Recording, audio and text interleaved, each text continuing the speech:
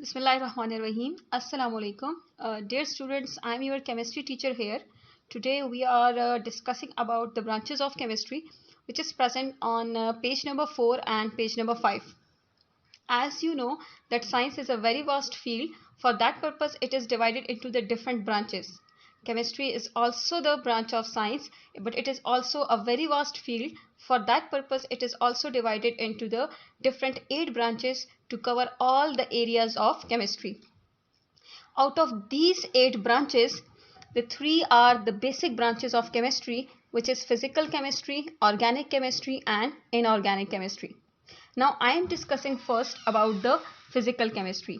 So what is physical chemistry? So the definition shows that it is concerned with the relationship between the physical properties of substances along with the chemical changes in them.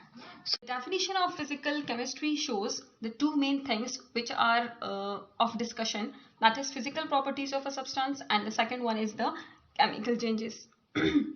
What is physical properties? It is actually the qualities of a substance which we can see with the naked eye, like state of substance, whether it is in solid state, liquid state or gaseous state, what is its color, what is its taste, its melting point, its boiling point, etc. These all are the physical properties of a substances. What is the chemical change, or we can say that how the chemical change occurs when the old bonds are broken within the compound and the new bonds are formed. That is actually the chemical change. Now through a very simple example, we can easily distinguish between the physical change and the chemical change. So the first one is ice. When we take ice, we know that it is water, but it is present in the solid state. But when it is melted, the ice changes into the liquid state. And when it is boiled, it is converted into the gaseous state. But here, the water is present in all the 3 states of matter in the form of H2O. So here is present only, here involves only the physical change, because here only the state of matter changes but not the bonds are damaged. So that is the physical change. But the second example shows the water, when up to 2000 degrees Celsius it is heated, it is converted into the hydrogen gas and oxygen gas. So the first one, we see that here the physical change also occurs because firstly in reactants water is present in the liquid state, while in the product it is present in the gaseous states. So here it is the physical change because the state changes. But here also involves the chemical change. How? Because the water, the structure of water is broken down and it is converted into a new thing, that is hydrogen-hydrogen bond, which forms the hydrogen gas, and the oxygen-oxygen bond, which forms the oxygen gas. So this is all about the physical chemistry. Now I can give you a little bit summary of the physical chemistry, that it is concerned with the physical properties of substances along with the chemical changes in them. Then we discuss that physical properties, what are physical properties, that is the qualities of substance. What is chemical change, when the old bonds are broken and the new bonds are formed. How they interlink with each other, we can take it from a very simple example of water, that when water is heated up to 2000 degrees Celsius, it is converted into the hydrogen gas and oxygen gas. So here the physical change occurs as well as the chemical change also occurs. After the explanation of the physical chemistry, now we have to discuss about the organic chemistry. Now what is organic chemistry? It is the study of those compounds which contains carbon and hydrogen, called hydrocarbons, and their derivatives. So as the definition shows, that organic chemistry is the study of carbon and hydrogen, which is collectively called as hydrocarbons and their derivatives. Now what is hydrocarbon? Those compounds which contains carbon and hydrogen, that are called as the organic compounds. So before I have to discuss the derivatives, first I have to discuss some examples of hydrocarbons. The first one example is that of methane. Methane is the natural gas which we can use in our houses. Its composition is that of carbon and hydrogen, means that hydrocarbons. It contains 1 atom of carbon and 4 atoms of hydrogen. It means that it is the organic compound. The second one example is that of the acetylene. Acetylene is used for the welding purposes. Its composition is also of hydrocarbons, means it contains 2 atoms of carbon and 2 atoms of hydrogen. So it is also the hydrocarbon, means it is the organic compound. The third one is the sugar or sucrose, which we can use in our houses, its composition is also that of the carbon and hydrogen, and it also contains a little bit amount of oxygen. It contains 12 atoms of carbon, 22 atoms of hydrogen, and 11 atoms of oxygen.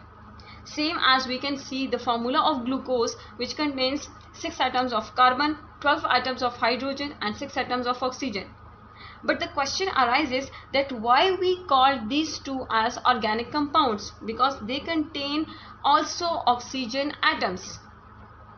So the answer is that we called it organic compound because here the ratio of hydrocarbon is more than that of the oxygen, and same is the reason for the glucose.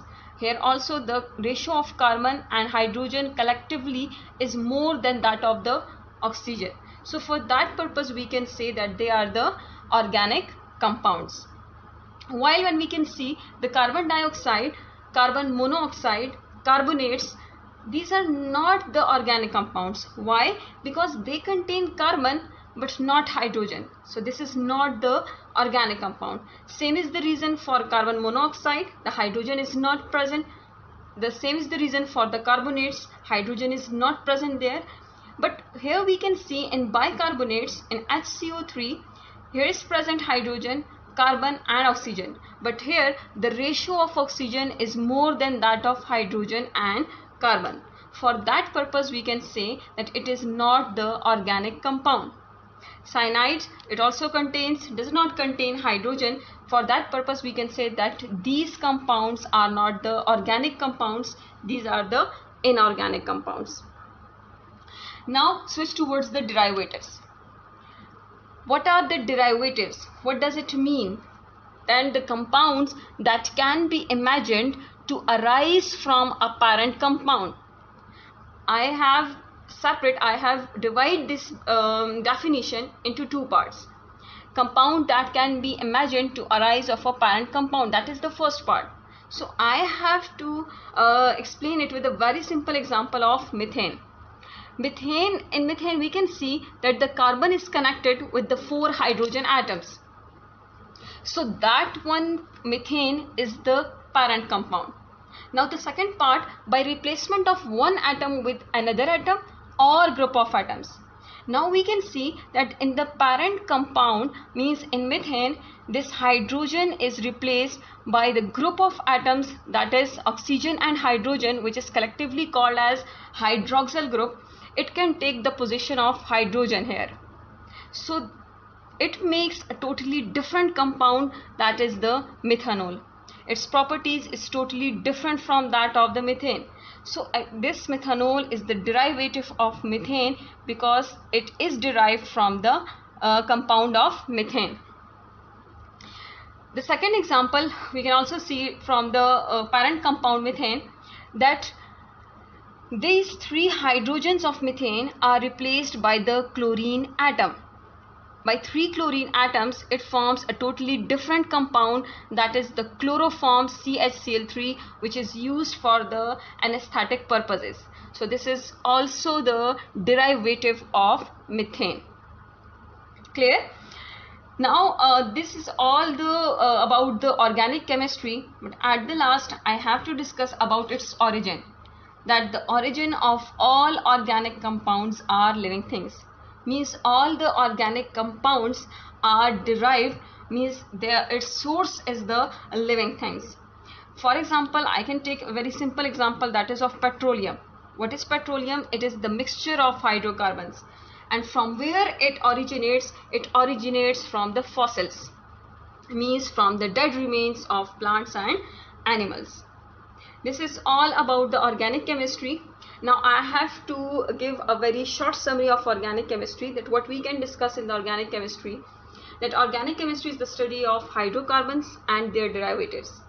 Hydrocarbons means which contain carbon and hydrogen, and that are called as the organic compounds. Then we can see about we can give some examples, that is of methane, acetylene, sugar and glucose.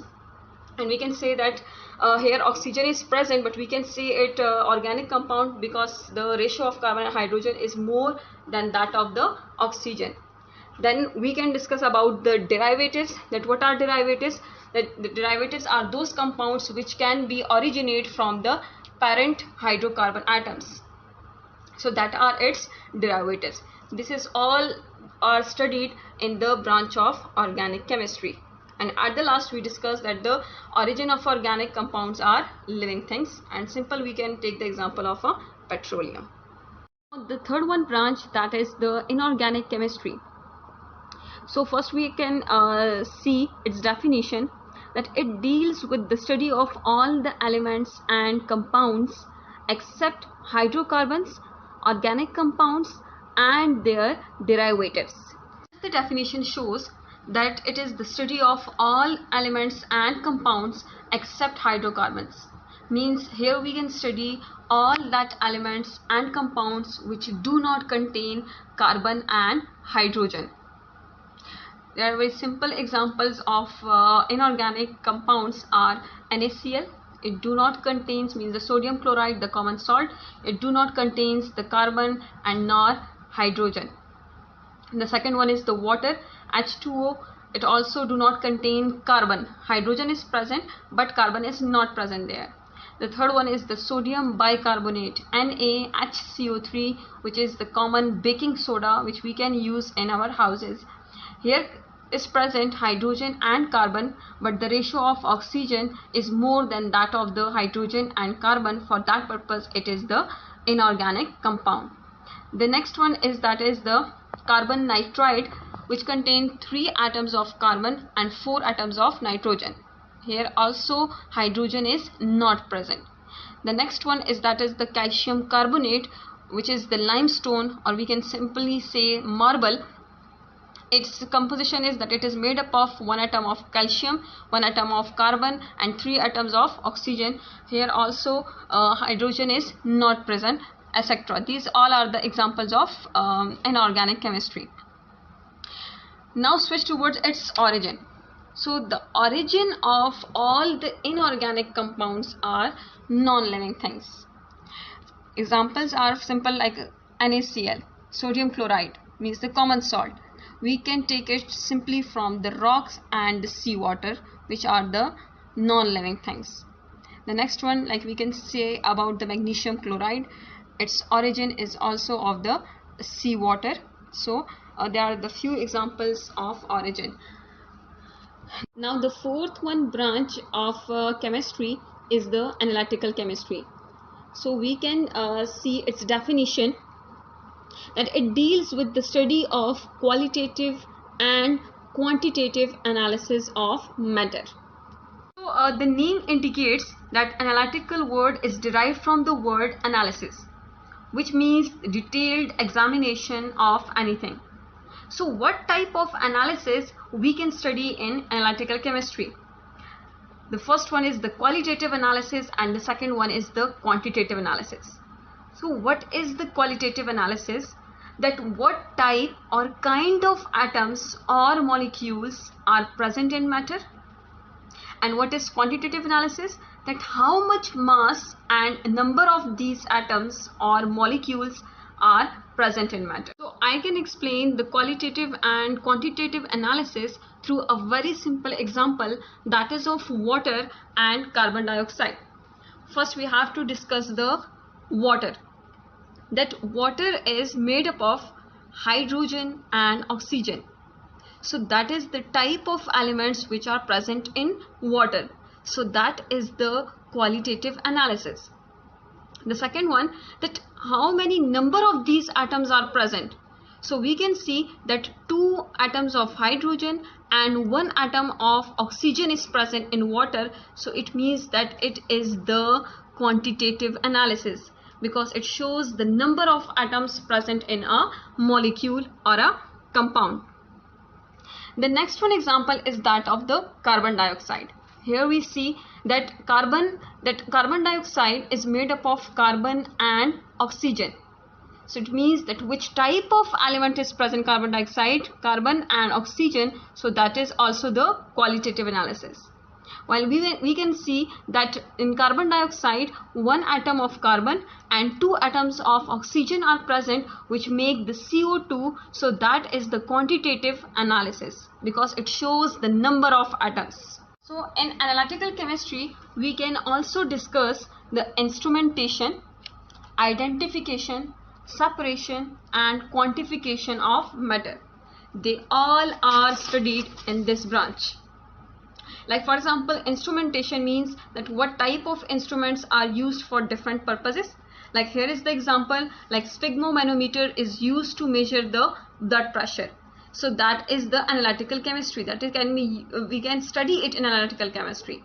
Same, next one is the determination of masses, means it is the identification.